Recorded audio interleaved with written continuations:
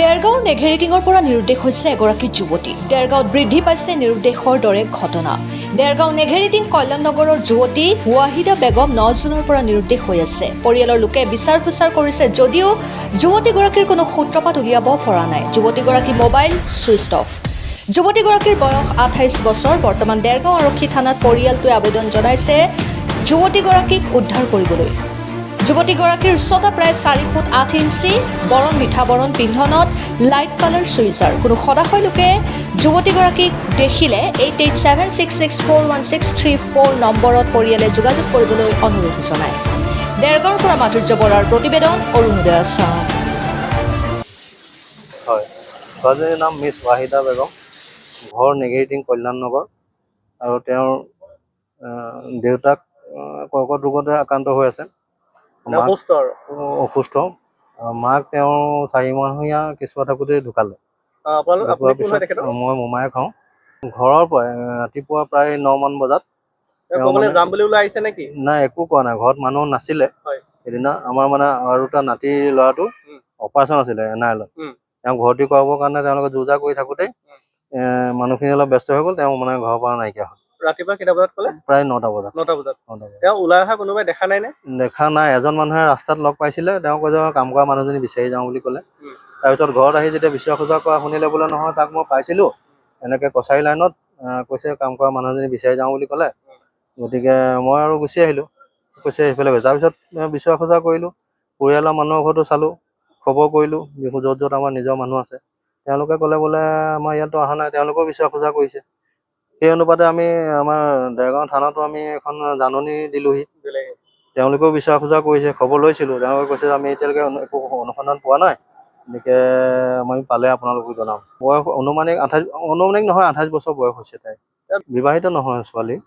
তেনেকুৱা আমি একো গম নাপাওঁ, আমি একো নাজানো। আৰু চকুৰ অকণমান প্ৰব্লেম থকাৰ কাৰণে পঢ়াটো মানে ক্লাছ 8ৰ পৰা এৰিলে। ডাইৰেক্ট মানে চিকিৎসাৰ কাৰণে নেপাললৈকে লৈ যোৱা হৈছিলে, কিন্তু ডাক্তৰে ক'লে যে জন্মগত এইটো চকুৰ হেৰি, গতিকে আমি এইটো অপাৰেশ্যন কৰিলে একেবাৰে নেদেখা হৈ যাব পাৰে, গতিকে অপাৰেশ্যন নকৰিলোঁ। সমস্যা আছে, সেইকাৰণে পঢ়াটো মানে এৰুৱাই দিবলগীয়া হ'ল। তাৰপিছতে এতিয়া আমি সন্দেহ কৰিবলগীয়া একো হেৰিয়ে দেখা নাই। হয়তো মানে কাৰোবাৰ লগতো যাব পাৰে, বা হয়তো কোনোবাই তাইক লৈ যাবও পাৰে কিডনেপ কৰি। হয়তো তাই মনৰ ইচ্ছা ক'ৰবাত গৈ পেলাই কিজনী কোনোবা ল'ৰাৰ লগতো যাব পাৰে। সেইবিলাক আমাৰ মানে তেখেতক এইটোৱে জনাওঁ যে য'তেই আছে, ভালে যদি আছে আমাক জনাওক যে মই এনেকৈ ল'ৰা এটাৰ লগত আহিছোঁ, মই এওঁৰ লগত বিয়া হ'ম। আৰু ল'ৰাটোকো মই কওঁ যে তেওঁ যদি ভাল মনে যদি তেওঁক লৈ গৈছে, গতিকে আমাক ফোন এটা কৰি জনাওক। ফোন নম্বৰটো আমি দি দিছোঁ ইয়াতে। ফোন নম্বৰটো ফোন কৰি আমাক জনাব লাগে যে আমি সুস্থ আছোঁ, ঠিকে আছোঁ, আমি বিয়া হ'ম বা বিয়া পাতিম বা বিয়া হ'লোঁ। পাৰিব।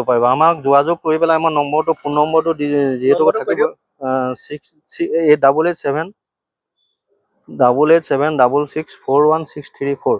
8876641634। এই নোট আমাক যোগাযোগ কৰিলে আমি নিশ্চয় মানে সুখী হ'ম। মোৰ লগত যোগাযোগ কৰিলে আমি তেওঁলোকক মানে ধন্যবাদ দিম এইটোকেই যে ছোৱালীজনী মৰিলেই নে ক'ৰবাত আছে, নে কোনোবাই ক'ৰবাত বিক্ৰী কৰিলে, নে কিবা বিবাহ সূত্ৰেই তাই গৈছে কাৰোবাৰ লগত, এই কথাখিনি আমি জানিবৰ কাৰণে বহুত ইচ্ছুক হৈ আছোঁ। আজি 4-5 দিনা আমাৰ ঘৰত মানে খোৱা বোৱা মানে হয়, কি হৈছে আমি জানিব লাগে যে ছোৱালীজনী আছে নে নাই। কি কওঁ মানে, ছোৱালীজনী আজি 9 তাৰিখৰ পৰাই ঘৰত নাই। আমিতো বহুত বিচাৰ খোচাৰ কৰিছোঁ, ক'তো পোৱা নাই। ছোৱালীজনী এতিয়া ক'ত আছে, কি কথা, কোনোবাই দেখিলে আমাৰ লগত যোগাযোগ কৰিব লাগে। তেওঁৰ লগত আমাৰ কথা পতাই দিলে বা কিবা এটা সুবিধা কৰি দিলে আমি ভাল পাওঁ। আৰু তেনেকুৱা আমি ক'তো থকা একো সন্ধান পোৱাই নাই এতিয়ালৈকে। ছোৱালীজনী কৰিছোঁ, সকলো মানুহৰ লগতে কৰিলোঁ। আমাৰ যিমান পৰিয়াল আছে চবলে আমি যোগাযোগ কৰিছোঁ, কিন্তু কোনো একো হেৰি নাই পোৱা। নাই। তেওঁৰ নামটো কি আছিলে? ৱাহিদা বেগম। বুলবুলি বুলি মাতে। ঘূৰি আহিব লাগে, কৰিব পাৰিব।